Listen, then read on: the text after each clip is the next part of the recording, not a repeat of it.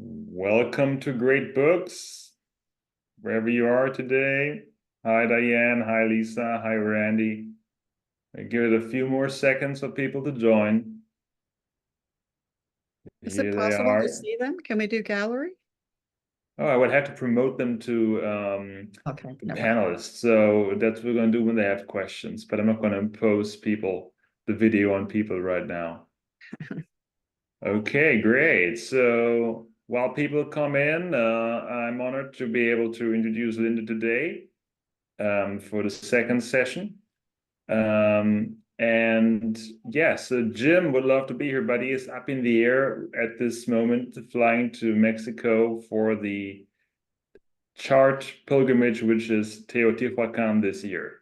So without further ado, it's great to have you back, Linda, for the second part of One Nation Under Blackmail.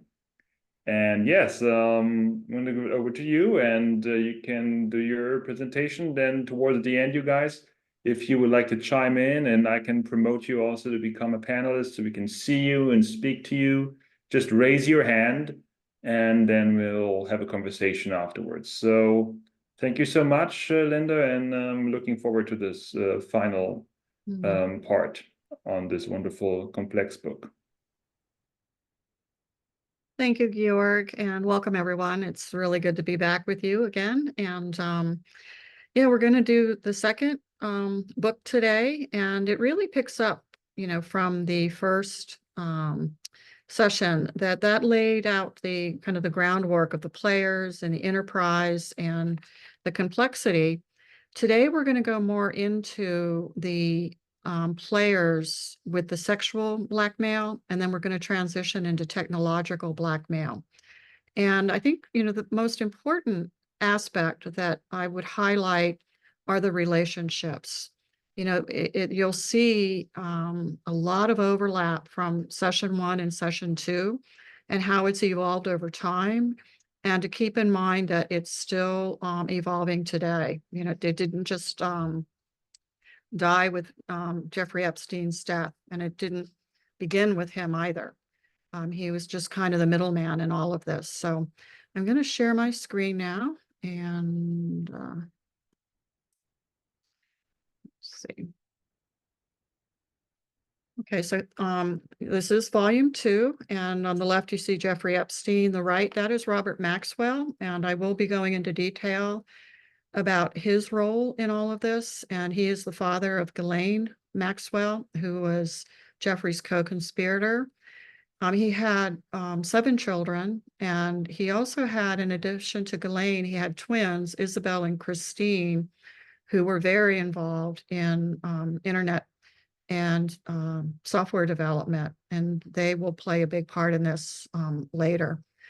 The chapters that I'll be focusing on today are 11, 13, 15, 18, and 21. So it's Jeffrey Epstein, Leslie Wexner, Ghislaine Maxwell, big tech, and then the Promise software and how it really became the impetus for the future of blackmail being technology. Yeah.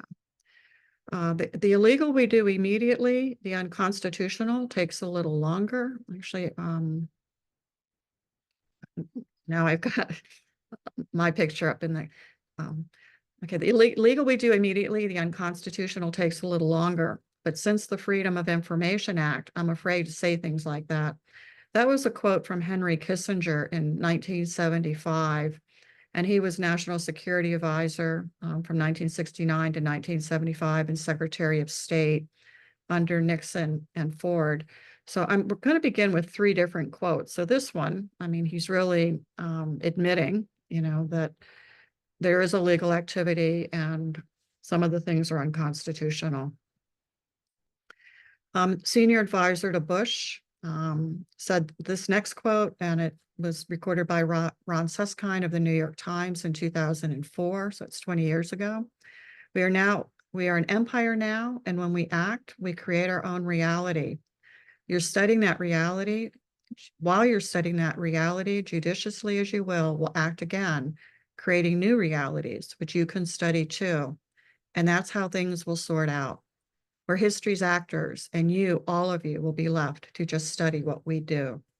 So I'm going to pause here just 1 minute because I've got a little technical issue here that Georg showed me how to correct. So I'm going to do that. Okay. And thank you for that. It allows me to see my full screen. Okay, and then the third quote is by Jerry Nadler, and this is the Huffington Post in 2013. And he said, government by blackmail is incompatible with democracy. And that's really where we find ourselves today in the United States. And that would be the other thing I would ask you to be mindful of is as I go through this background, the relevance to where we are today, both the US as a nation and also globally, with a lot of the world conflict that is happening. As I mentioned, we're going to be looking at the transition from sexual to technological blackmail. And I'm going to go pretty in depth with the background of Leslie Wexner, a little background of Jeffrey Epstein, Robert Maxwell, his daughters, Donald Trump. Now, Whitney Webb doesn't focus a lot on Donald Trump, but with his relevance today in US politics, I'm tracing him throughout Wexner, Epstein, Maxwell's. But I will also, I did a little bit of research on him related to this book. And then we'll look at how the Promise software, after it was stolen, became the source of blackmail. And then Jeffrey Epstein's company that he founded before his death, Southern Trust, which is a little bit chilling.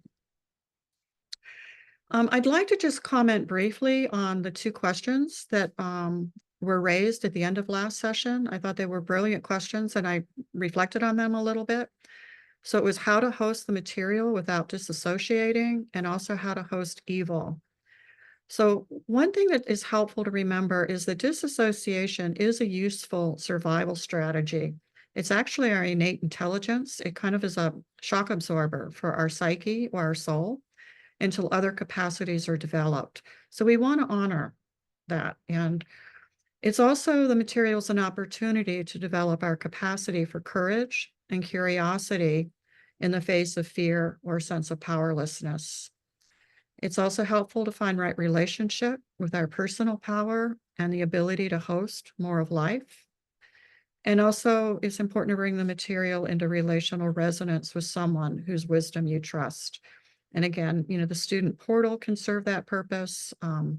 But also, maybe talk to friends and family, about, what we're talking about today and see, what their thoughts are on it. In regard to evil, a very simple way to hold it for this purpose is that good is alignment with truth, and evil is the descent into untruths or lies. And there is a slide where I'll go into that a little bit more based on Leslie Wexner. He's a good example of his relationship, to good and evil. How to host the totality of good and evil. The analogy that I invite you to consider is that there's a body of humanity or a singularity, and each individual is a single cell in that singularity. The material offers objective data of an enterprise of potentially cancerous cells that influence and impact the body of humanity. This presentation brings awareness and opens conversation to the cancerous aspect of humanity that impacts life and well-being. And as I mentioned last week, the personal lens I look through is the military medical industrial complex. So now we're going to turn to Leslie Wexner. And I mentioned this last time. He's woven totally throughout volume 1 and volume 2. But when I wasn't actually working on the presentation, if I was walking or, just reflecting, I could not for the life of me maintain the thread of who he was. So I did, I took the time to really lay out who he is, because I really found him to be a little bit slippery. So Wexner was a man who shaped Jewish identity and leadership in the US through philanthropy. He founded the Wexner Heritage Program and that was designed to connect American Jews with the nation of Israel, nation state of Israel. He founded the Wexner Foundation, and that was for the development of Jewish leaders with the intention to assist emerging young professional Jewish leaders in North America and mid-career public officials in Israel. And here, what you're going to see is how he really wove together US and Israeli intelligence ultimately. Wexner's programs molded the minds and opinions of prominent North American and Israeli Jewish leaders who went on to work in top levels of finance, government, and intelligence. These relationships will become significant later, as Epstein was reportedly connected to both Israeli and US intelligence. He also was the founder of the retail outlet known as L Brands that later became Bed Bath & Beyond. He was the founder. The Wexner Foundation was very tied into the Harvard Kennedy School. The Wexner Fellowship Program was established in 1988. In 1989, he founded the Wexner Israel Fellowship Program to support outstanding Israeli public officials who are earning mid-career Master of Public Education degrees at the Harvard Kennedy School. And again, the other thing you're going to notice is all the name changes. And this is really significant when we get into technology, that there's constantly like one person who has multiple tentacles under different names. And it really takes some time to connect all the dots and sort out all the relationships. The Wexner Israeli Fellowship Program expanded into the Wexner Senior Leaders Program, which leverages training and scholarships of the Harvard Kennedy School to strengthen Israel's public service leadership and to spur innovation and collaborative projects across government departments and agencies. So it all sounds very up and up and, philanthropic, you know what I'm trying to say, and, nothing suspicious. In 2000, the Wexner Foundation made a significant contribution to funding the creation of the, my screen is blocked, Heritage Kennedy Center for Public Leadership. And in 2006, plans were made for Wexner, that should be, who funded the Center for Public Leadership to team up with the World Economic Forum, Young Global Leaders. And the young global leaders are going to be really important again when we get into technology. The Harvard Center for Public Leadership in 1991, Wexner and Epstein pledged to raise $2 million for the construction of a new student center of a company called Harvard, Radcliffe, and Hillel. Those are three different people. The center was completed and named the Rossofsky Hall. So those four names are very involved as influencers. Rozovsky was an economist at Harvard, born of Russian Jewish parents, as many of the players were. At the time, Epstein was listed as president of Wexner's investment company, and the Epstein associates, Glenn Dubin and Leon Black, entered into CPL leadership. So again, just tracking how the web, of connection starts to form. Chief of Staff, Patricia Ballinger of the Harvard president, Lawrence Bacon, was on the board of Wexner's L Brands. Wexner and Dubin were asked to leave CPL after Epstein's arrest. And according to trial testimony, Virginia Giuffre, who was one of the key Epstein victims, was forced to have sex with Dubin, as well as Harvard Professor Alan Dershowitz. So what we're seeing here is legitimate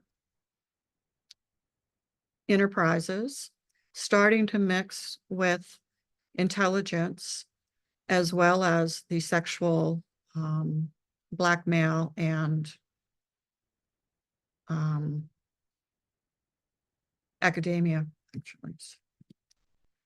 So Harvard, Radcliffe, Hillel is commonly described as a service organization that provides educational, cultural, religious, and social opportunities for students and faculty.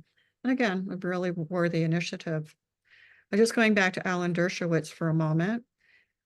Here again, we're starting to see the sexual representation for sexual crimes. In 1995, he served as appellate advisor on the O.J. Simpson murder trial. 2006, he was a member of Jeffrey Epstein's defense team and helped negotiate a non-prosecution agreement. 2018, he was a member of Harvey Weinstein's defense team. In 2020, he was a member of former President Donald Trump's defense team in the first impeachment trial.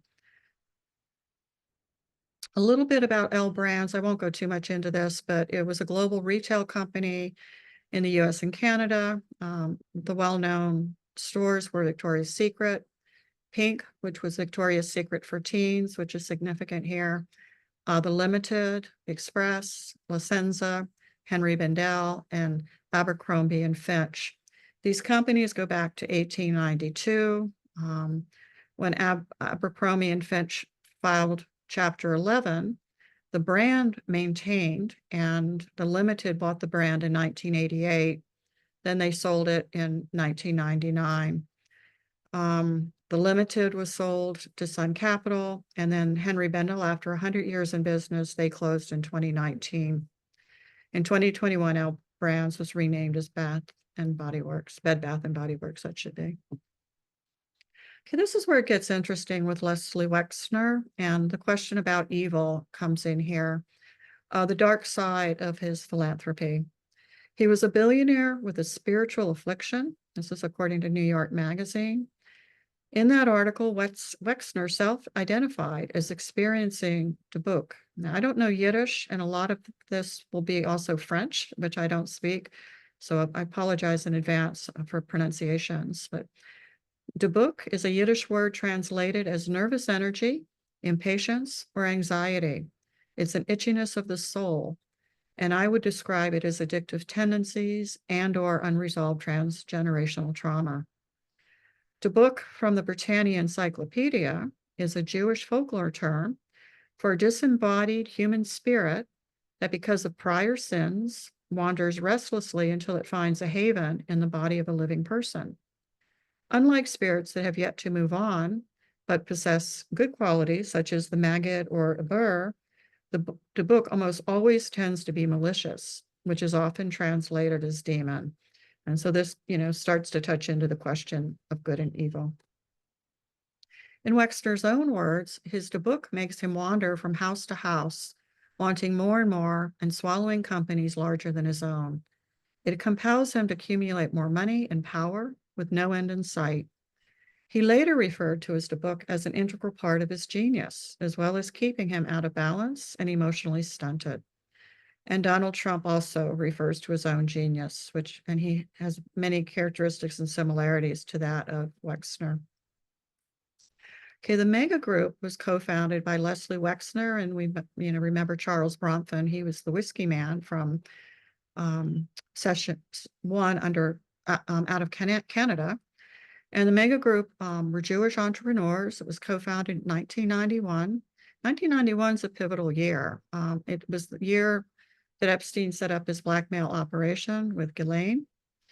The group was modeled after the Sorbonne Institute, which is an activist collaboration of millionaires and billionaires, or elites. Its intention was to shape the relationship of U.S. Jewish community, as well as the U.S. government, with the state of Israel. Early connections began here between Canada, Israel, and U.S. intelligence. I wasn't familiar with Sorbonne, so I just quickly did a Google, and it was, the founder really was Rudolph Sorbonne. And what's significant here, he was an oil executive, one-time president of the State of Israel bond drive. He visited Palestine from January to August, acting as secretary to the Zionist Commission. He was investigating the feasibility of creating an independent Jewish state of Israel on Palestinian territory, which was achieved 29 years later in 1948. In 1945, David Ben-Gurion asked a small gathering of American Jewish activists at Mr. Savarn's apartment to send supplies to the Jewish community and its military force. The group became a secretive nationwide organization, which then became known as Materials for Israel and the Savarn Institute. And that, has relevance for the current Israeli-Palestinian war.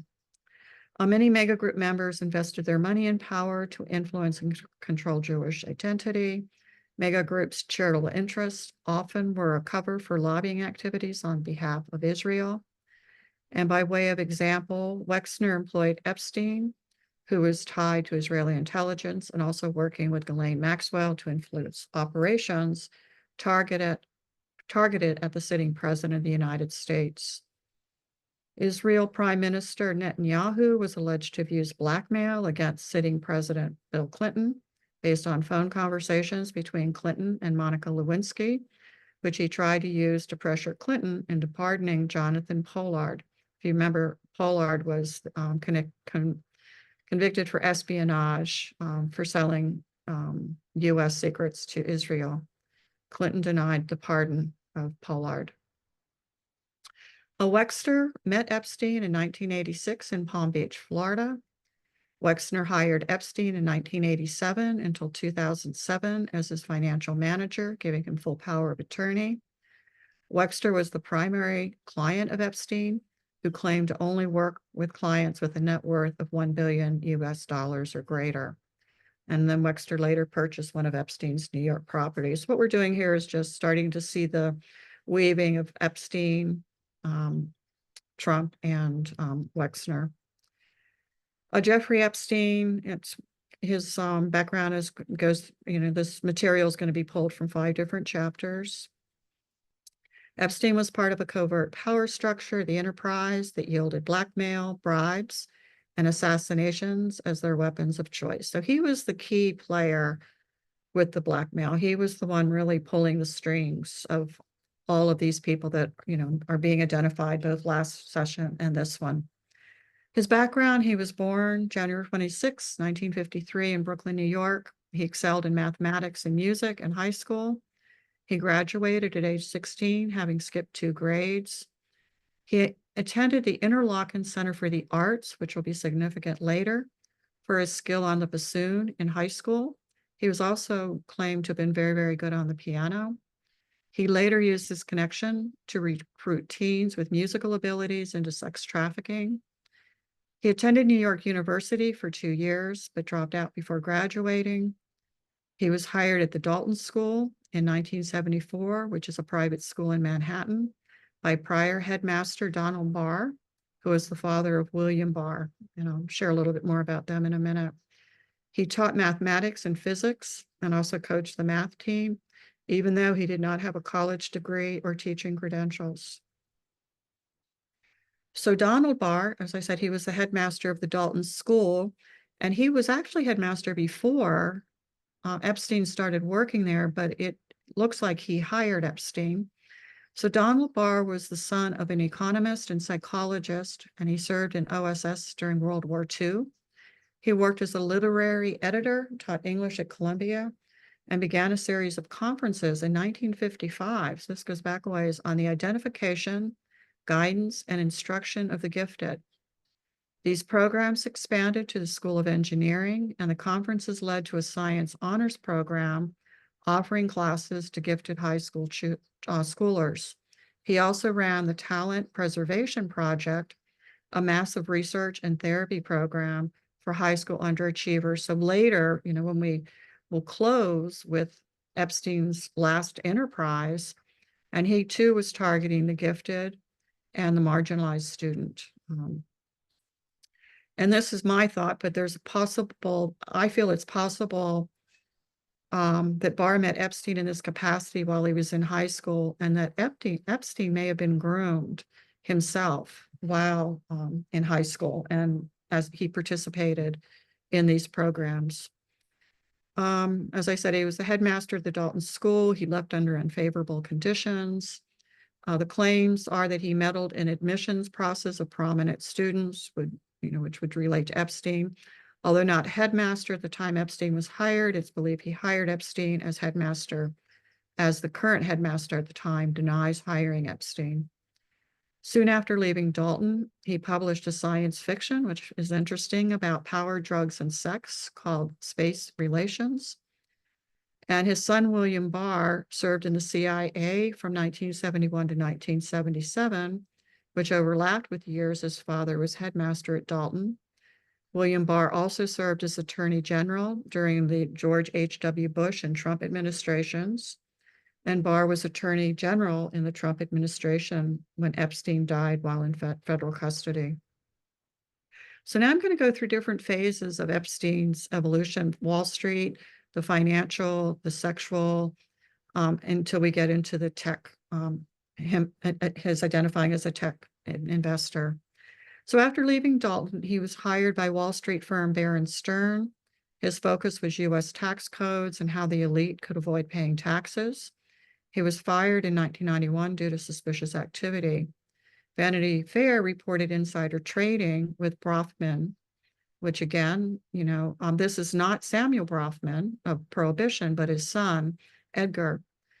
In 1968, the Empire Trust Company, and Edgar Brofman was on the board, announced a merger with the Bank of New York. And if you remember Bruce Rappaport, we talked about last session. After the merger, Brofman was added to the board of the Bank of New York. By 1992, executives of the bank had close ties with Russian mobster Simeon Mogilovich, which we talked about last time, who was an associate of Robert Maxwell. So you can see how this is all starting to intertwine. During the SEC investigation, Brofman denied having any knowledge of the insider trading. After leaving Bear & Stern, Epstein incorporated Intercontinental Assets Group in 1981. He was the mastermind behind a major Ponzi scheme with Tower Financial, where he was a paid consultant, but his name was dropped from any charges, even though several others were charged and served jail time. So his financial crimes: he worked as a financial bounty hunter who helped recover and hide stolen money on behalf of powerful people. He was involved in shadowy banking practices and fraud. He had working knowledge of front companies, offshore banking, and financial webs. He was licensed to carry a gun.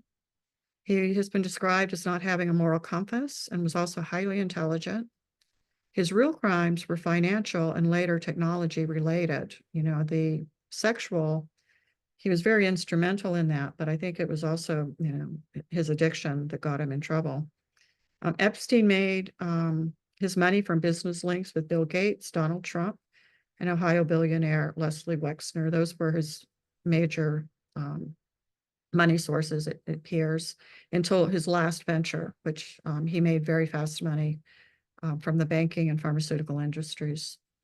He's part of a long legacy of mysterious deaths, ruled suicide that may be murder. And that's something I also want to go back through and just pull out. It's just mind-boggling how many suicides, those that have been involved, many of them have succumbed to suicide, and that more than likely was murder. Okay, so Epstein was involved in arms trafficking and Israeli intelligence. He was trained in trafficking and money laundering by Adnan Khashoggi, which we talked about last time. In 1983, he was involved in the sale of Chinese weapons to Iran. It's said that his initial contact with Israeli intelligence goes back to the 1980s, but he became involved with Israeli intelligence in 1985 after he met Robert Maxwell. Robert Maxwell brought Epstein into arms dealing intelligence networks for Israel, and Epstein claimed Ghislaine made the first connection with Israeli intelligence.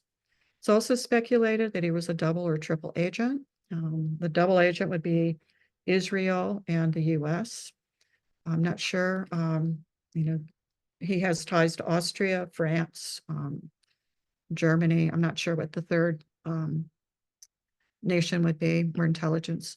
Later, he became an investor in data harvesting that involved mass surveillance of data. He then rebranded himself as a real estate property developer In 1987, he met Leslie Wexner and Donald Trump, who were deeply involved in New York real estate. He began to present himself as a real estate property developer. Many transactions involved resale of the same properties multiple times, some as low as $1. One property he mysteriously obtained from the U.S. State Department. His real estate involvement was very intermingled with Wexner, who held close ties with organized crime. And commercial real estate has a long history of being used for money laundering in both New York City and Palm Beach, Florida, both cities where Donald Trump holds residences and has been very active. So we'll go into the sex crimes now. He was originally arrested in Florida in 2007, pleaded guilty in 2008.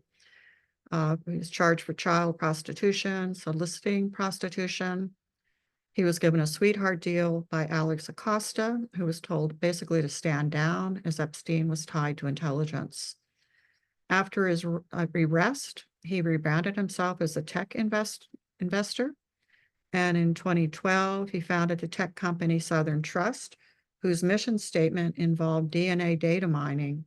The company targeted gifted and vulnerable children. And I'll get into a little bit more of that later. He was arrested again in New York in 2019, charged with pedophilia and sex trafficking, and died August 2019 in New York prison under suspicious circumstances. The cause of death was ruled suicide. The next few slides are related to the modeling industry. It's believed Epstein began sexually abusing underage girls in the mid-1980s. Most of his early crimes were related to the modeling industry. He attempted to buy the U.S. branch of Elite Models in 2004 from Jean-Luc Brunel. He met Brunel in 1995 through Ghislaine Maxwell. Ghislaine met Brunel in the 1980s through work he had with her father, Robert Maxwell. The purchase of Elite Models fell through when it was learned that Epstein was under investigation for sex trafficking in Florida. And Trump also had close ties to the modeling industry and was a friend of Epstein's. Jean-Luc Brunel was a model scout for Karen Models in France. He hosted young models from around the world at parties that were quid pro quo. He was accused of sexual abuse and drugging women. After taking over Karen Models, Brunel co-founded Next Models with offices in New York and Miami. Epstein became a frequent visitor at Next Models. Between 1995 and 1999, Brunel rented an apartment in Trump Tower. And Brunel died in prison again from suicide, having been detained December 2020 on charges in a French investigation into Epstein's sex crimes. So now we'll look at the relationships between Epstein, Brunel, and Trump. During this time, Epstein was involved with Brunel and Next Models. He was also involved with Leslie Wexner, the owner of Victoria's Secret lingerie. He presented himself as a scout for Victoria's Secret, this is Epstein, and recruited women as models to be used for a sex trafficking operation. A well-known Epstein victim, Virginia Roberts Giuffre, was recruited at age 16 by Ghislaine Maxwell while working at Trump's Mar-a-Lago. Giuffre was told, if you give a wealthy man a massage, a whole world of opportunity will open for you. You will travel, make good money, and get a good education. And what's interesting is that the recent Trump hush money trial, Stormy Daniels shared a similar comment made by Donald Trump to her. Trump was found guilty on May 30th, 2024 of 34 felony counts. His sentencing is scheduled for a month from today on July 11th. And interestingly, the Republican National Convention is scheduled for 4 days later, and he's the leading Republican candidate for president right now. And again, this is mostly from a Google search that I did because I was just curious about Trump in the world of modeling. From 1999 to 2015, Trump co-owned the Miss Universe organization, which included the Miss USA and the Miss Teen USA pageants. This is a quote: when the finalists were announced, the list looked like the countries that Donald Trump did business with. The finalists were picked by Trump. We called it the Trump card. Miss USA is a beauty pageant held since 1952 to select a winner for Miss Universe. Trump was forced to sell the Whole Universe organization in 2015 after comments he made about Mexicans drove away major advertisers and NBC and Univision. He sold the enterprise for $28 million. Interestingly, then, well, the next line, I just found the money amounts interesting. In 1988, Trump purchased a yacht owned by Adnan Khashoggi for $30 million. It was an 86-meter yacht, and at the time it was the largest yacht in the world. Trump renamed her the Trump Princess and referred to her as a work of art. The yacht, when Khashoggi owned it, was called Nabilia and had been used for sexual blackmail. So here, this is just a reminder from session 1 as I go into the next slides, which will move from modeling to artists in the music business. But the Music Corporation that was founded in 1924 was originally a talent agency with artists in the music business and film, and then Epstein also being a mathematical and musical prodigy. So modeling art and music. Epstein and Maxwell also targeted aspiring artists and musicians who they referred to as gallerinas. Maxwell would visit high-end art galleries and auction houses, Christie's, Sotheby's, and New York Academy of Arts to recruit young women.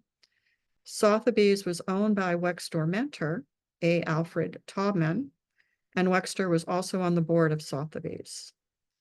Epstein served on the New York Academy of Arts from 1987 to 1994. And he also attempted to recruit young musicians from the Interlochen Center for the Arts in Michigan, where he once attended as a teen. His status as a donor and host of fundraisers gave him access to the exclusive Academy Summer School, and he was granted permission to build the Jeffrey Epstein School Scholarship Lodge next to the junior girls' summer camp. Several 13-year-olds testified during the Ghislaine trial that they were recruited in Interlochen, and Epstein women were categorized into tiers, with higher tier women recruited for higher level positions. So now we're going to go into, well, actually there's one, this is just an aside, but the cosmetic industry, Ronald Lauder is the heir of Estee Lauder of the cosmetic fortune. He was ambassador to Austria, and it's also believed he was the one that provided Epstein with a fake Austrian passport. Lauder would later take over Bronfman's role as head of the Zionist lobby organization, the World Jewish Congress, in 2007. And in 1998, Lauder was asked by Israeli Prime Minister Benjamin to begin negotiations with the Syrian leader, and these continued after the election of Ehud Barak. And again, here, these are just the political connections with the cosmetic world, the beauty world. I mean, everything's just really intertwined, with these relationships.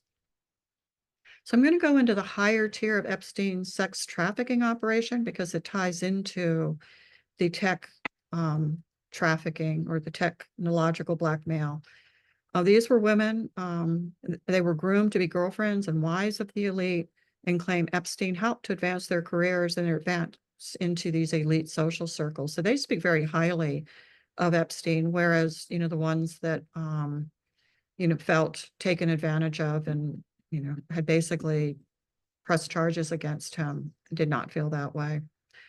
They're really looked at as influence operators. And this next slide goes over the White House and tech world connections. Epstein had access to the Clinton White House from 1993 to 1995 through Mark Middleton, who was a lawyer and Clinton aide. Middleton ran an air conditioning company in Little Rock, Arkansas, before becoming financial director for the Clintons' presidential campaign and special advisor. He died under suspicious conditions in May 2022 at the age of 59 at an Arkansas ranch. His death was listed as suicide. Now, I didn't go into the Clinton chapter very much. I mean, the Clintons are all throughout this too, but, for those of you that are taking this for credit and feel a little overwhelmed by the material, that could be a very good post paper just to read the chapter on the Clintons.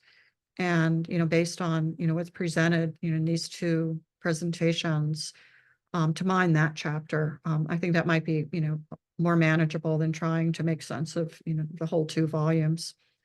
Epstein dated Ford model Miss Sweden, who accompanied him to the White House visits, as did South African model Francine Jardin and Selena Middelfart.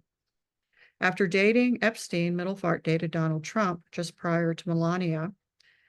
Jardin later married a Dutchman, John Deuce, and you remember that name from last session, who was an oil trader who, like Epstein and Khashoggi, used women to secure favors and loyalty.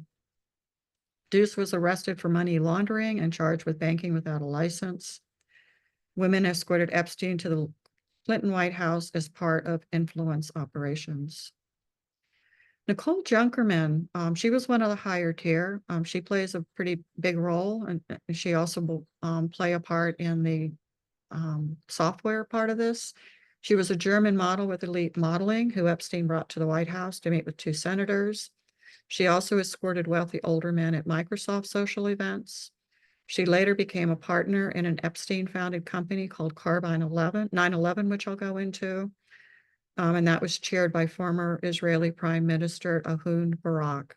That would be another thread to follow for a post paper, is Ehud Barak, the Israeli Prime Minister, because he's woven throughout this also.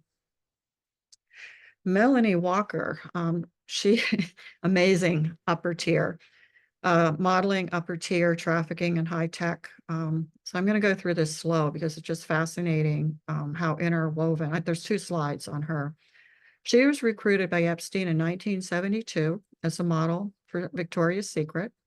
She was part of Epstein's higher tier of women.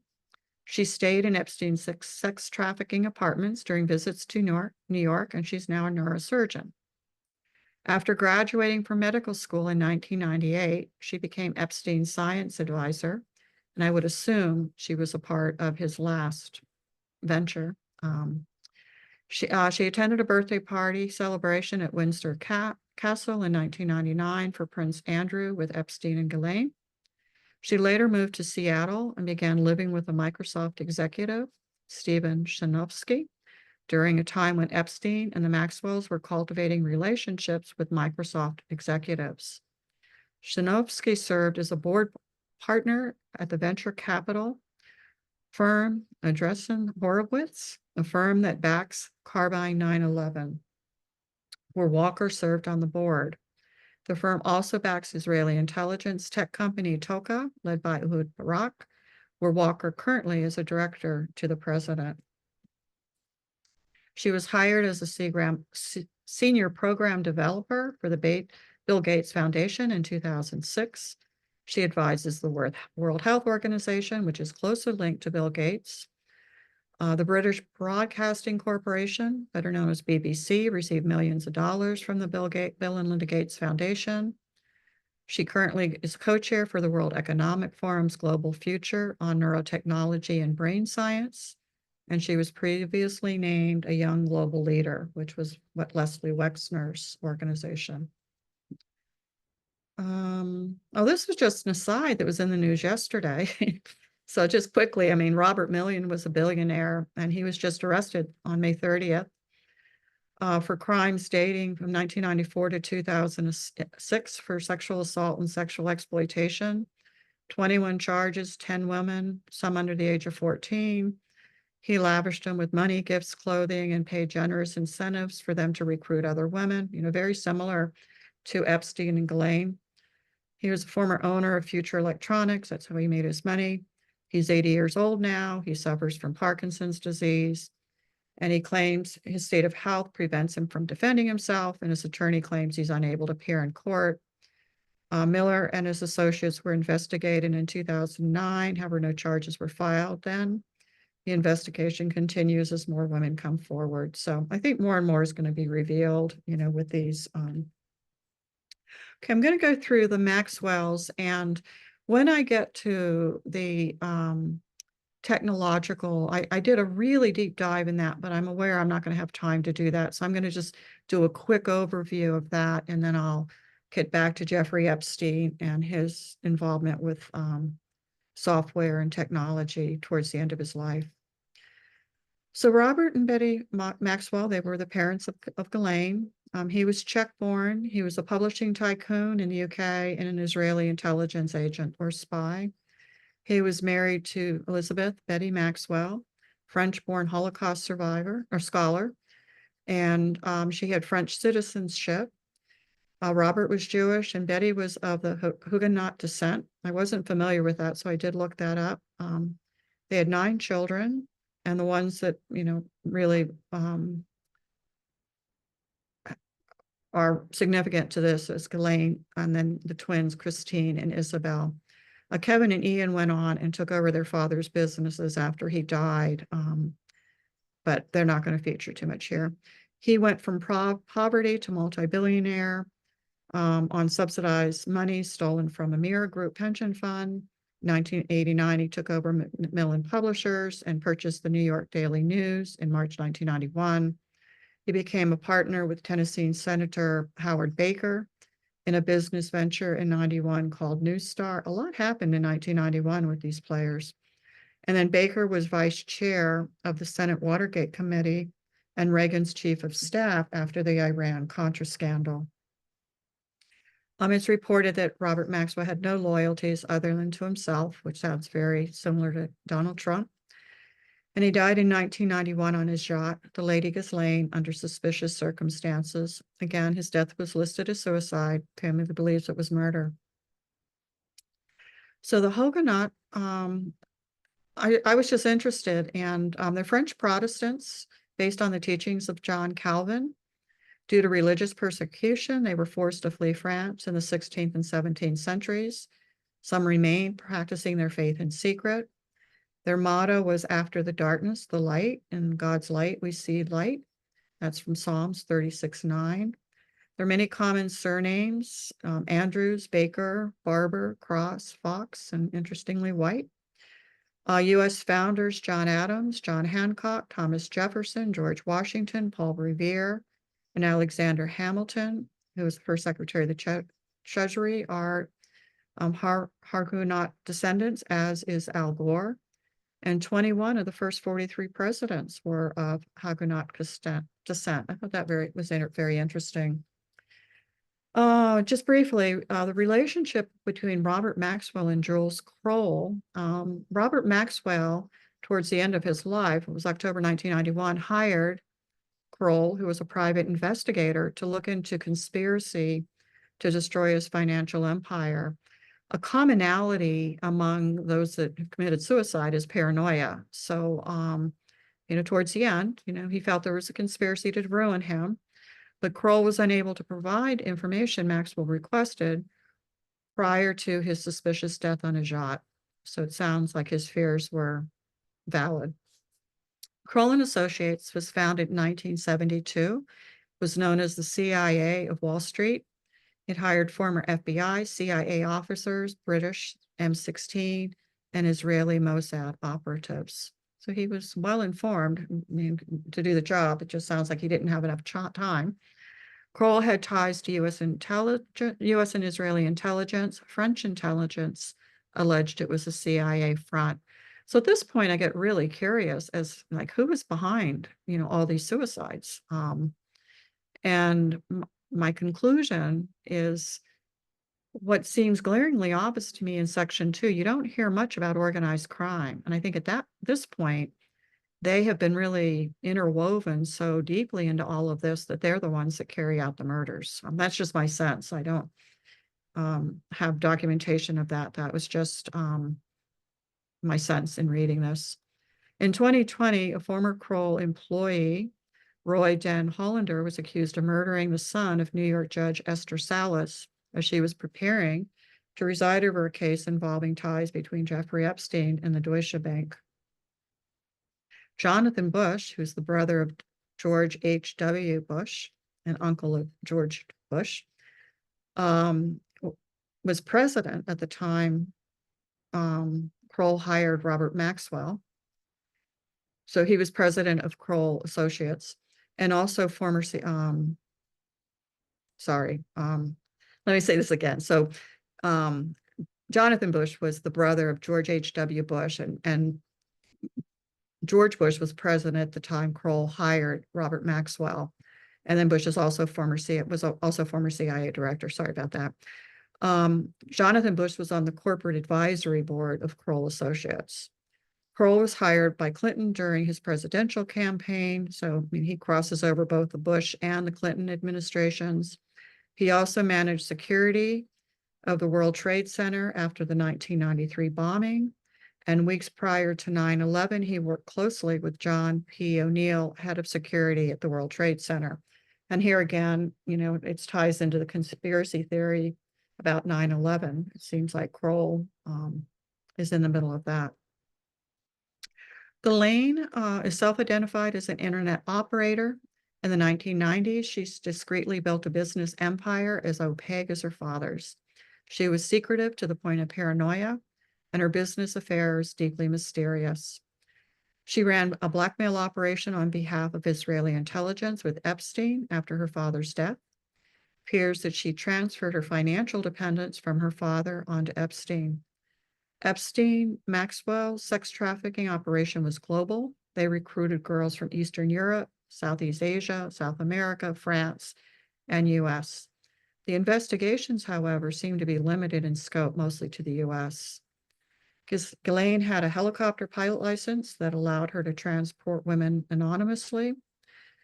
And then we talked about the BCCI Bank last session. They ran the sex trafficking operation that served as a prototype for Epstein and Ghislaine's operation, both of which also have similarities to the Exum scandal that involved Keith Rainier, Claire Brofman, and that was the documentary I suggested last time with Danny Casolera, The Octopus Murders. Ghislaine is now serving 20 years in federal prison. It's considered a country club prison in Florida on charges of sex trafficking. Okay, the Ghislaine-Epstein-Trump relationship.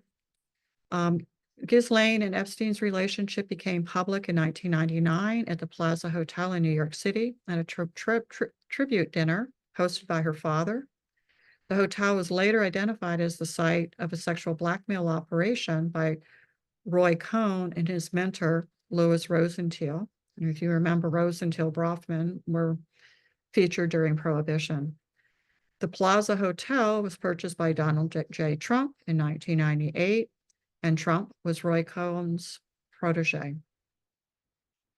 Ghislaine was founder of the Kit Kat Club in the UK. The Sydney Morning Herald described the club as a salon to bring together women from the arts, politics, and society. The New York Times reports Trump met Melania, that should be, at the Kit Kat Club in New York City through Ghislaine and Epstein. It's not clear whether the two Kit Kat clubs are related, but certainly their customers are. Ghislaine and Epstein socialized at Mar-a-Lago, owned by Donald Trump. Mar-a-Lago is also where Ghislaine recruited minors for sex trafficking, and Epstein was not a paying member of the club, even though he frequented it often. Epstein and Trump had a falling out in 2004 over a Palm Beach real estate bankruptcy deal. They both wanted it, and that's the falling out. Trump provided information against Epstein in 2009 to lawyers representing Epstein's crimes. Very quickly, these are the twins, Christine and Isabel. They were both born in France in 1950, August 16th. Christine was a British internet pioneer and educator, best known as creator and co-founder of the Magellan search engine, co-founded the software company Chiliad. She was program manager of Learning Technologies, which was the successor of the stolen Promise Inslo software. And again, that's related to the Octopus Murders, an author of several books. So you can see we're now heading into the technological crimes. Isabel, same, as her sister, and she's listed as a technology pioneer by the World Economic Forum. She was director of Israel Venture Network and built up their social entrepreneur program in Israel, president of an Israeli tech company. And I've seen this both as Common Touch and ComTouch. And they're different companies. So I don't know if they're related, but and an Israeli internet company whose funding was linked to the Jonathan Pollard nuclear spying affair. And if you remember, he was arrested for espionage, and that's his background, which I shared last time. On November 20th, 2020, his parole expired and all restrictions were removed. And December 30th, 2020, Pollard and his second wife moved to Israel and settled in Jerusalem. Since moving to Israel, Pollard has endorsed Itamar Ben-Gvir and voiced support for a population transfer to move Gaza's Arabs to Ireland. And you can't help but wonder if this whole Israeli-Palestine war isn't influenced by some of these back channels. So quickly, this is getting into the computer technological aspects of the twin sisters.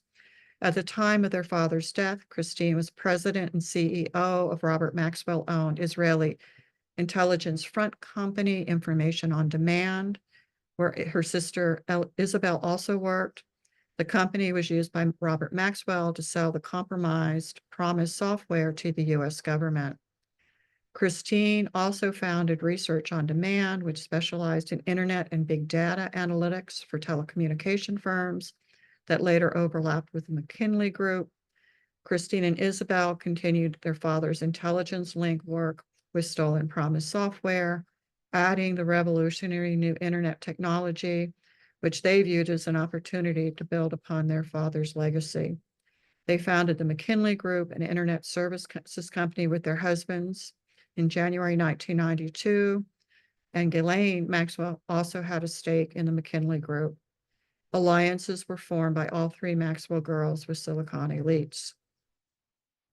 The McKinsey Group began as a directory and rating system for websites. The Magellan search engine was Christine's brainchild, and Magellan was the first online directory of ratings and reviews of websites. It attracted major corporations such as AT&T, Time Warner, IBM, Microsoft. In 2000, in a Guardian interview, Isabel commented that her father would have loved the internet. At the time, she was leading an Israeli software company with ties to Israeli intelligence and Israeli political players who worked directly with her father in his espionage activities when he was alive. These are the other siblings. I won't go into this too much, other than Kevin and Ian took over their father's businesses after his death. They stood trial for father's fraud and were acquitted. Kevin took over 81 companies. You can see the expanse of these businesses. 32 survived. And Ian was the director of 31 companies, 4 of which faced insolvency. Kevin experienced the biggest bankruptcy in UK after his father's death, and that order was also discharged. So now, based on time, I'm not going to, even though I went into deep detail with all of this, this is the evolution from the compromised Promise software through Plantier, that should be an I in there, to the future blackmail. The world's most valuable resource is no longer oil, but data. This is from The Economist in 2017. So this is the overview. I will go through this list, and then I went deeply into, I have slides for all of these, but because of time, I do want to hear if there's any questions or comments. And then if we have time, I can come back to some of these other slides, but I'm going to go from this one and I'll jump to Jeffrey Epstein and his latest initiative before he died. So Promise was the stolen software from Law. And again, that, Danny Casolaro was the investigative journalist who was planning on writing a book called The Octopus Murders, and the documentary on that, I recommended last time, and I still highly recommend that. Chiliad was Christine Maxwell's company. It was a reconfiguration of Promise, and it was an early version of the Palantir. I'm going to jump to Palantir here. It's a pre-crime detention and predictive policing program, and that was founded by Christine, Isabel, and their husbands. And I put these in order. This isn't the order they show up in the book, but I put them in the order of year. In between Chiliad and Palantir was Darktrace, which was a healthcare data mining company. And I think that was a precursor to Jeffrey Epstein's last initiative. MainCore was a database to identify enemies of the state, and that became important and came online after 9/11. It was in the background. It seems like just waiting for 9/11 to happen. Carbine 9/11, if we do have time to come back to the slides, I'll come back to Carbine 9/11 because that is very important, and also the total information awareness, which was a reconfiguration of MainCore. So I'll come back to those two if there's time. Black Cube was an Israeli private spy company. It was a front for Israeli intelligence. And the Pegasus spyware was used on mobile phones. So I'm going to jump through these. Let's see if there's anything here. Yeah, I'll just.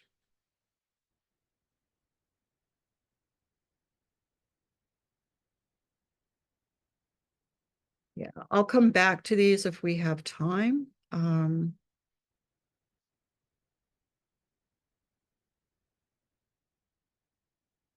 But I do want to give you the opportunity to ask questions. So the data economy, DNA mining, and technological blackmail. Let me just see one thing. Yeah. The data economy, from sex trafficking to data trafficking. A data economy is intimately linked to big tech surveillance systems, giving them a God's eye view of markets and citizens' behavior. And this is where the Carbine 9/11 comes in, Black Cube, and several of the other ones. Epstein and Maxwell blackmailed people through sexual blackmail and the trafficking of women. The digital age expanded their scope with less risk. Whoops.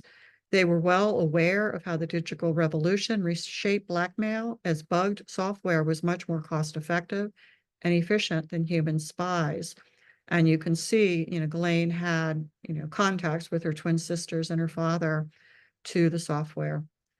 Epstein's personal interests in genetics, eugenics, the merging of man and machine, technology, which is transhumanism, and his mathematical acuity was a natural evolution into data trafficking and data mining.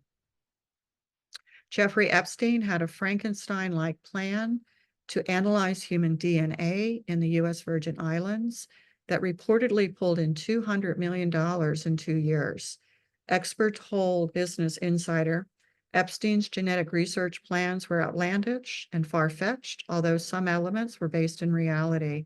And that was from the Business Insider on October 4th, 2019. And the reporter was Aaron Brown. So Epstein founded a company called Southern Trust, which was a DNA mining company in the U.S. Virgin Islands in 2012 after his 2007 arrest.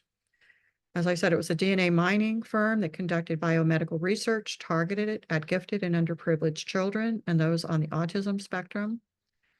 His clients, and again, you can see the similarity between what Donald Barr was doing back in the 50s with his conferences. His clients or investors were the banking and pharmaceutical industries. And interestingly, when I came back to the US after living in New Zealand for 10 years, what I focused on was the economic and health care crisis. And so this is, the part of Whitney Webb's work that I really kind of tracked, as I read. The mission statement of Southern Trust was to sequence people's genomes to sell data to pharmaceutical companies and tailor educational programs based on student genome sequences. And again, we're going back to Donald Barr in the 50s, as the prototype for this. And then data from the program would soon become the world's most valuable commodity. I mean, it's chilling. Evolutionary dynamics program at Harvard. Epstein worked with an unidentified Harvard scientist linking genetics with diseases to create a biomedical Google. Epstein donated $6.5 million to Harvard's evolutionary dynamics program. EDP was led by scientist Mark Novak, who was the developer of a mathematical model that described the behavior of cancer cells. It is speculated that Novak was the scientist Epstein was working with, and Epstein netted over $200 million in a few years on the DNA mining project. According to Whitney Webb, this is a glaringly overlooked story that has only been covered in the US Virgin Islands. And this is my comment, but it's shockingly similar to the experience of Joseph Mengele and Auschwitz. And then there's a YouTube that I recommend where Whitney Webb, the whole YouTube goes over this whole company. So in closing, and then what I'm going to do, I'll do the closing, and then I'm going to take the slides back up to Carbine 911, and we'll open it to questions and answers. And if there's time, I'll go back to the other slides, but I don't think that'll happen. Okay, in a world where blackmail is electronic, people like Epstein and Maxwell became liabilities rather than assets to protect. The systems presented, or really the enterprise, has not gone away. They lie in wait to be weaponized if and when the demand for change becomes too great. And I think this is where like Dark Trace and 9/11 and that really raises a lot of questions. It's a conspiracy that I think can be unpacked, if we were to continue to mine Whitney Webb's data. It's just a gold mine. What I'm doing is just highlighting just one stream, through it that is related to the medical and military industrial complex. So the enterprise continues. It did not begin with Epstein, nor did it end with his death. And the questions, that, were raised after his death is Israeli or US intelligence or both? Was his life part of the conspiratorial coup? Why was he so heavily protected from justice for decades? How did he earn his money and accrue such powerful connections? Was his death both intentional and necessary to protect powerful co-conspirators and the fulfillment of his covert illegal activities? And my hope is that, the presentation today, brought some answers to some of these questions. And again, these questions could, serve as a background for a post paper. What we can do, and again, these are just some random thoughts, but trust your intuition and direct experience and believe that the truth will be revealed. A willingness to speak honestly and transparently, especially in the face of power. Courage to divest from cultural conditioning that doesn't feel like it's an integrity. Overcome fear of external influences and threats to one's inner knowing. Pay attention and engage in critical thinking. And this is from Whitney Webb's suggestion: divest from big tech and utilize open source. And confront disconnect between what we are told and what is really happening. So I'm going to pause there, and I'm going to stop the share. And Georg, I'll turn it over to you. And if there's any questions or comments, I'll engage those. And then if we have time, I will come back to Carbine. Yes, thank you, Linda. Let's see. So let me look at the chat if there's any questions here. And if you would like to speak, why don't you raise your hand, you who are in the audience, so we can get you on the show. With some comments here, but Jonathan Harvey mentioned, I believe, the company name Palantir is named after the crystal ball in Tolkien's writing. Do you know if that's correct, Linda? Oh, wow. Okay, I'm sorry. I was still I was still working the slides. So just let me get my view here. Can I stopped sharing. Do you want to share? yes, Again? if I could see who's asking the question, that would be great. Well, it's in the chat. It's Jonathan Okay, and sorry, what's said the that. question? And then Lisa is asking, are there any organizations or groups who are openly and actively acting on this information or guiding the public through it? Yeah. So the first one, could you say that again? Because I heard Tolkien and Palantir. The first question was by Jonathan, was more like a comment. Okay. Jonathan Harvey says, I believe that company Palantir is named after the crystal balls in Tolkien's writing. Beautiful, beautiful. I don't know that, but it makes total sense because, from an intelligence perspective, we know that truth is hidden in the media. And, many writers, one of the ways that truth comes out is writing is fiction. so that they're not under threat. So that makes total sense to me. And some of the slides that I didn't get to, these names are definitely entwined with various philosophers, and there's a lot of intelligence, in this network. And I think, we can read clues, just from the names of some of the companies. In regard to if anybody's investigating it, I am sure. My sense is what's happening, just to take Trump for an example, there's a net, that it's closing in, and they're starting with the sexual crimes and the financial crimes. I mean, Trump in some ways, he's the fall guy, but he's a very good example of the financial and sexual crimes. And my sense is these investigations have been going on for a very, very long time.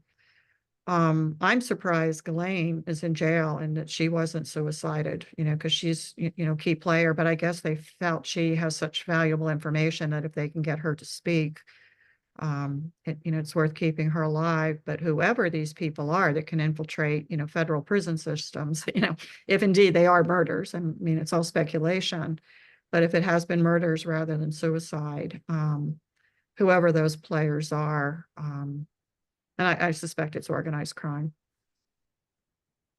So does that answer the question, or would you like to explore that a little bit more?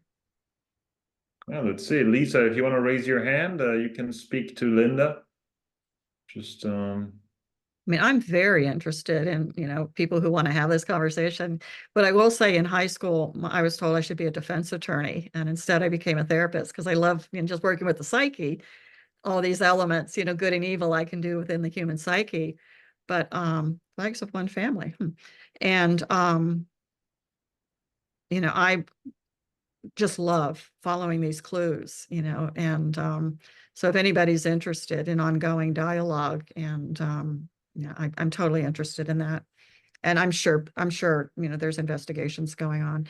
The problem, I mean, what I presented in section 1 is intelligence, the law enforcement, and criminal, they're all entwined. And so, our only hope is that there's enough good people to overcome the ones that, have self-serving motives. Hi, Lisa. Lisa, thank you for joining us. You're muted, but it's so nice Yeah, to see your face. somehow we have to. Can you hear me? Yes. Yes. Can you hear me now? Very, very low though. Very low. I'll try to speak loudly. I've worked as an activist for a cultural transformation for almost 3 decades. Mhm. And I've seen Joanne Macy and others who have also been doing this, stand at podiums on TED Talks and say, Right. we had a meeting and we looked at 50 years of activism and decided that we didn't really make a dent, and we're really devastated about this and not really sure what is happening or what to do.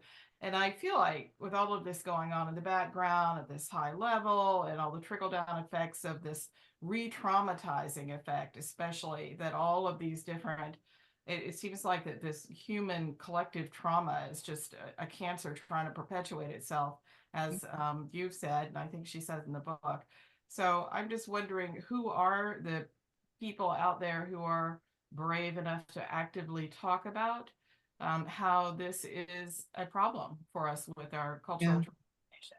We're in bad shape. Our population is very sick in the United States. So people like us who are trying to do this uphill cultural transformation piece are mostly unaware of all this background. Right. Well, the first of all, I'll say we're doing it right now. I think it is. Whitney did it by writing the book, and my first response, and she's been asked this multiple times on podcasts of, don't you fear for your life? And that is how they've been able to be so active, is this threat. And I grew up, as I said, in the military industrial complex, and I know that threat. It's totally wired in my body. That was just part of my upbringing. It was my normal. And it takes a long time to overcome that. And, just speaking from my own experience, my tendency was just to do, believe if you do good, the world will be a better place. And I got to the same place that Joanna Macy did, that after, at that point, it was like 30 years, 35 years, 30 years as a therapist, I realized one-on-one wasn't enough. I needed to start bringing it out into culture. And that's when, I came from New Zealand back to the States, and what had happened just hit me in the face. I was overwhelmed for 6 years. And I do believe in miracles. And I do believe, that we have to have the courage to speak up and to be talking. And the question from last time, I think that's why I reflected on it so long about evil and how not to disassociate, that we have to be able to deal with our own fear and overcome this fear of threat, because that's what's kept it in the shadows. And if we're going to bring it into the light, we have to deal with our own shadows. And the more we do that, and when we help support other people, then I think we can build a stronger coalition and network than they've built. What was being unpacked, I don't know that it was intentional. This was their social club. They were just all in the same club, and they were based on egoic, motivations and selfish motivations. If we can build a network, and Humanity Rising's doing that, there's all kinds of networks now. All the people that have been doing activists, but we need to start working more as a social club, that we're all interacting together. And I do feel it's happening, that the wisdom of life is happening. I mean, this is why, Trump just got indicted on 34 charges. He's got 3 other trials. Today, Biden's son just got indicted on 3 charges, so he's now a felon. So we now have the 2 presidential candidates. I just posted this earlier today, that I think this is good, because for the first time, the people, the US citizens, being jurists, are holding these powerful people accountable, because we're going into an election now. Today, I literally, after this, will go vote for the Democratic candidate. There's nobody else on the ballot. There were no debates, they were ordained. And so here we have 2 presidential candidates. One's a convicted felon on 34 charges, and the other one's son is a convicted felon on 3. So it's coming to the light. I think it's very positive. And it's coming to the light because normal citizens working on a jury in our justice system found him guilty. And we are, that's the power of ordinary citizens. And then the other is our vote, even though, and when I really get into, and maybe, if anybody's interested, I could do a 3rd one on the slides with the technology, because that's where I really get concerned about our voting machines. This compromised technology that back doors have been built into it. And so these players have access. And that's why I believe Trump was so sure that he won the election. He thought, he had the back door, and Clinton thought she had the back door. And basically, these are 2 power players playing against each other. And Trump beat Clinton, I believe. I won't. The Russian oligarchs that have been referenced in this talk. It's complicated. But I think the best thing we can do is educate ourselves, become aware, and talk. Get into conversation, and build coalitions, based on truth. Parallel structure creation. Exactly. And I believe good prevails over, over evil. But what hurts my heart is how many people die in the process. There's so many, and what really my passion in the US has always been how many lives we lose to suicide and drug addiction. And it's totally wrapped up in this. I mean, that's why, the books, I'm probably going to read them again 2 and 3 times, because it's the link I've needed to bring my work out of the therapy room into culture, because I couldn't do it on my own. And nobody really wanted to have a conversation because it's so embedded in conspiracy.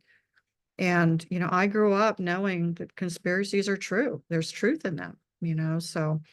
And we have to start believing people, and not relegating things to conspiracy. We need to look for the truth in conspiracy, because there's an element of truth in everything. And to focus. Tatiana, you were kind enough to join us. Welcome. Do you have a comment or a question as well? You're muted. If you unmute yourself, please. Thank you. Thank you. I want to say firstly, thank you, because the books are incredibly dense. And what you have done is to draw out a tapestry, which I actually found quite unable to see. I was quite unable to see, because there was so much going on. So you've pulled it forward. But one of the things that did strike me was how little was mentioned about Bill Gates. in the book. And I wonder if you have any, well, I wonder if you have any comment on that, because the last couple of slides that you spoke about seem to directly implicate him without naming him. Yeah. Well, again, what I'm realizing is my passion really is conspiracy theory.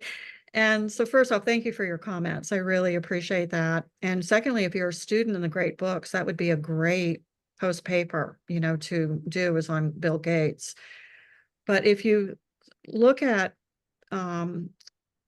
Robert Kennedy Jr., I mean, the biggest conspiracies is, you know, his uncle and his father. And he, you know, ran for president, and he's trying to get into the debate stage. And, you know, it's unlikely that'll happen, but if it does, you know, he'll be very marginalized. I mean, the media is already ridiculing him. And, but he was calling out, you know, the Gates Foundation. And this is where he is someone who is really mired in the conspiracy with his family legacy, who is trying to speak truth, you know, and yet he's being totally ridiculed. And I think one of the things we could do is, you know, get behind him, you know, to really give him a, you know, to build a coalition behind his message, whether or not, you know, he becomes president. You know, he's trying to be a voice, you know, in all of this.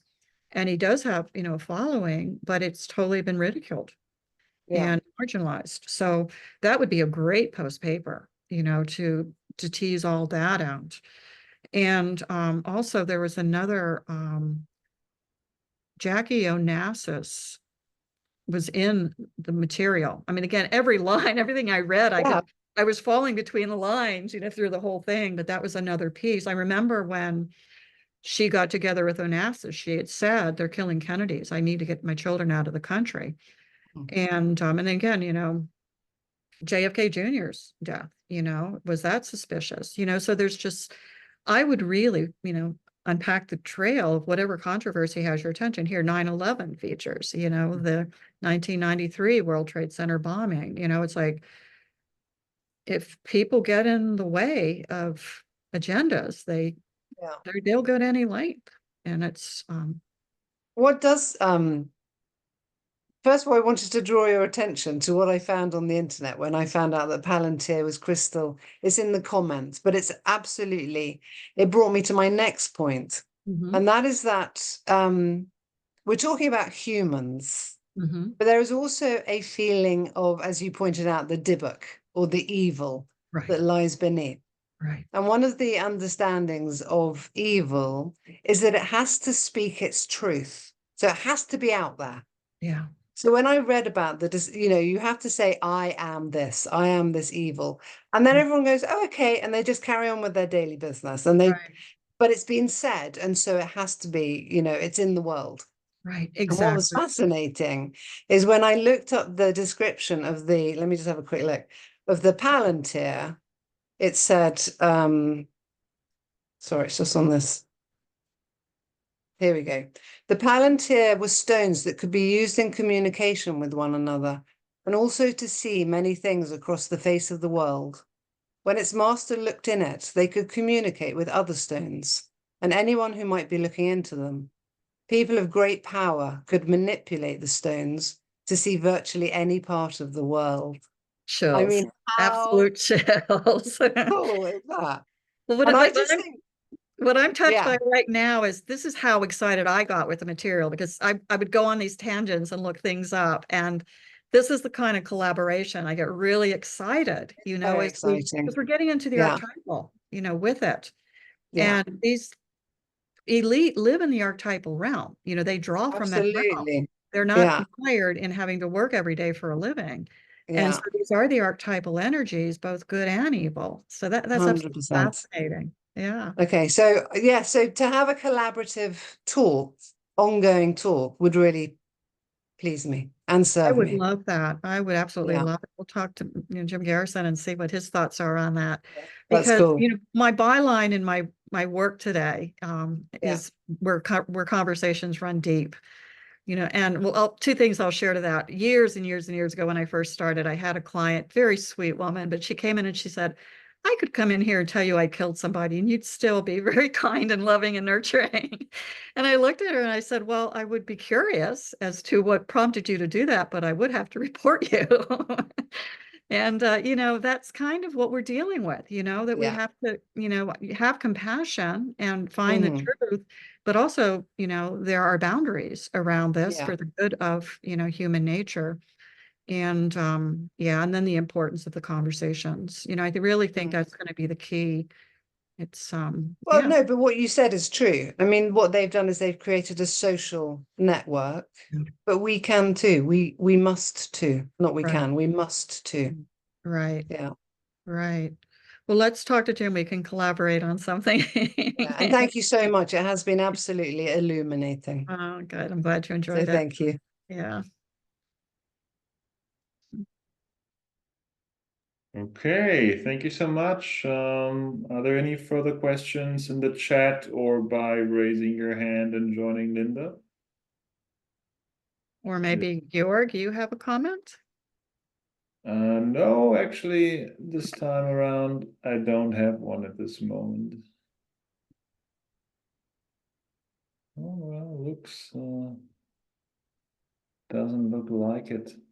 Well, I thank everyone, and I love, the archetypal aspect of this coming in, because that's, really how I read the material too, that, we have this, well, the line, things aren't what they seem to be, and we've got our everyday, Oh, central reality, and then we've got these things going on that are outside of that. And I think this enterprise kind of lives in that middle, there's the mainstream, and then there's this buffer of the elite and this enterprise, and then we've got other things going on, like with the UFO ET conversation. That is another conspiracy that's been held out of public conversation. So it does feel like it's all related. And as I mentioned, session one, what was really obvious to me as I was reading both volumes is, she doesn't touch the whole UFO issue, but I think these players are intimately involved in that conversation also. yeah, this thing that was raised about Bill Gates, I think you didn't get to address that, Linda. Do you, if Bill Gates is also part of a social club and was involved with Epstein, but somehow he's Yeah, I definitely believe so. And that's, I brought it in with Robert Kennedy Jr. in that, there are these political powers, and Bill Gates is definitely all his work he's doing with the World Health Forum. I mean, he's totally, I mean, he would be a good example of legitimate business that is really tied in. And he's using but basically, his money is used for these players that don't have any qualms about crossing ethical boundaries or moral boundaries, is the way that I would look at it. Yeah. excellent. Okay. Yes, that's definitely think with Jim how we can continue this thread and have it play a part in the larger conversation Mm. of the T studies and so on and so forth. So thank you so much for these amazing sessions, Reverend. and we'll Yeah. continue also on Humanity Rising. I believe there are more sessions planned that touch on this, right? Yeah, what I might talk to Jim about is just highlighting the technological. Today I did a lot of the background. Well, when Jim watches this, we'll see. But the whole in-depth technology of the three sisters and the sexual leading up to Epstein's final enterprise is just fascinating. I mean, how the names overlap, from session one and session two, and what happens is they just keep changing the names. They just keep starting new companies and different names. And it's like a shell game, trying to keep on top of it. And that was the quote that I shared in the very beginning, that they just create their reality, and why people are studying the reality, they're creating new ones, is Yeah, really that what it was a was. powerful quote. Yeah, that really Yeah. stuck. Yeah, stuck. that's really when I get, you get into the technological part of it, that would be the way to start that whole section. Because they're just they're just staying 2 steps ahead of, you know. And we see maybe a new player in this, social club emerging, Sam Altman. I mean, he is going to be maybe the Bill Gates of the next generation. He definitely has the ambition to And who become is a this? master. Sam Altman, the CEO of OpenAI, Oh, okay, he yeah. definitely has the ambition to be one of these masters of the universe that somehow involved geopolitically everywhere. And Well, what I will say, and again, I'm getting more courageous with what I share, because a lot of, my views, I would only share privately one-on-one. But I do believe, Trump's access to Space Force, he's been read in to the UFO files.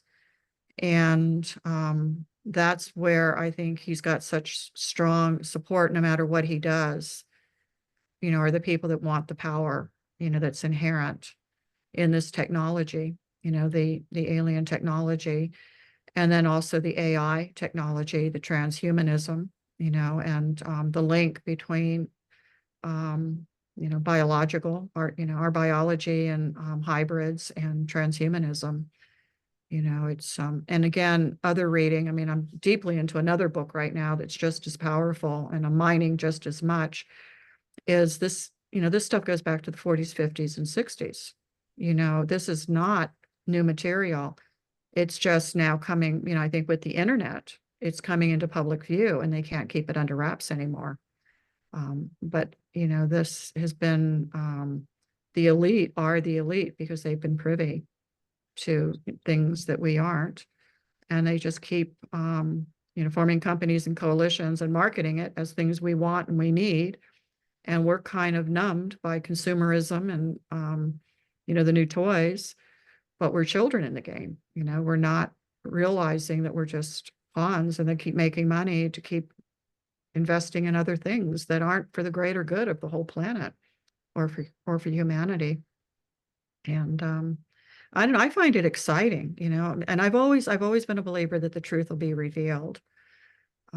But I also am aware a lot of people get hurt in the interim, so. okay, thank you, Linda. I think that was a great note to end on. Yeah. Thank you, everyone. I really appreciate being able to share this and that there's some interest. Yeah, great. I'll connect you, Linda, and what was the lady's name? Anna? Tatiana, that was on before, so you guys Okay. can That connect sounds great. afterwards. Yeah. Thank you so much. Have a wonderful evening, and All right. Thank you, everyone. yeah, Have a great see you day. soon. All right. Bye bye. Thank you. Bye-bye.